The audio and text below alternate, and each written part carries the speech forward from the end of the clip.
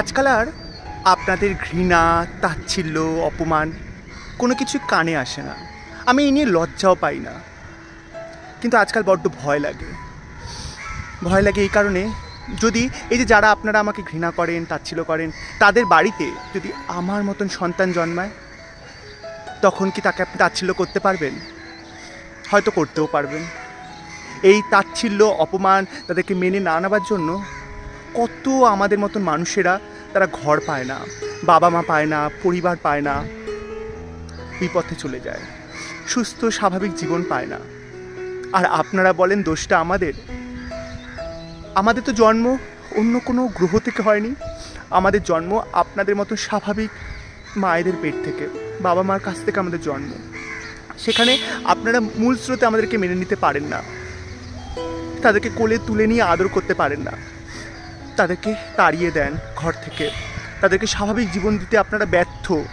আচ্ছা বলুন তো, আপনার সন্তান যদি কানা হয়, আপনার সন্তান যদি বোবা হয়, আপনার সন্তান যদি প্রতিবন্ধী হয়, তাকে কি আপনি তুলে ফেলে দিতে পারবেন? তবে কেন আমাদের মতন সন্তান আপনার ঘরে জন্মালে তাকে মেনে নিতে পারেন না? আপনারা বাবা মা হয়ে আপনাদের বিলাসিতার সময় আপনি একটা সন্তান জন্ম দিচ্ছেন, আমাদের মতন যখন সন্তান হচ্ছে সেই বিলাসিতাটা ভুলে যান। আপনার সন্তানকে বুকে টেনে না নিয়ে তাকে ফেলে দেন। এই জন্য তারা বিপথে চলে যায়, স্বাভাবিক জীবন পায় না, তারা রোজগারের সময় অন্য ব্যবস্থা করে পেটের চিন্তায়। আর দোষ দেন আমাদের। দোষ তো সেই বাবা মাদের দেওয়া উচিত যে বাবা মারা নিজের সন্তানকে মেনে নেয় না, নিজের সন্তানকে বেঁচে থাকতেও তাদেরকে অনাথ করে দেয়।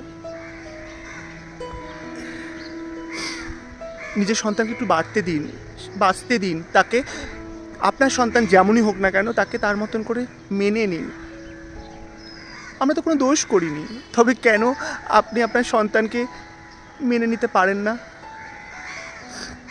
জন্ম দেন আপনারা, আর মেনেও আপনারা নেন না, অথচ তাদেরকে কত অপমান তাচ্ছিল্য শুনে শুনে বড় হতে হয়, সেটা একমাত্র আমরাই বুঝি। আপনারা তো এই জীবনটা কাটান না, বুঝবেন কি করে?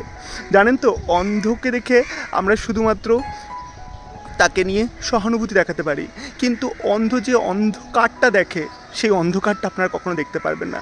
ঠিক তেমনই আমাদের জীবনটা আমরাই বুঝি। আপনারা দূর থেকে শুধু সহানুভূতি দেখাবেন, কিন্তু কখনো আমাদের জীবনটাকে বেঁচে দেখবেন না, এই জীবনটা কেমনভাবে আমরা বাঁচি।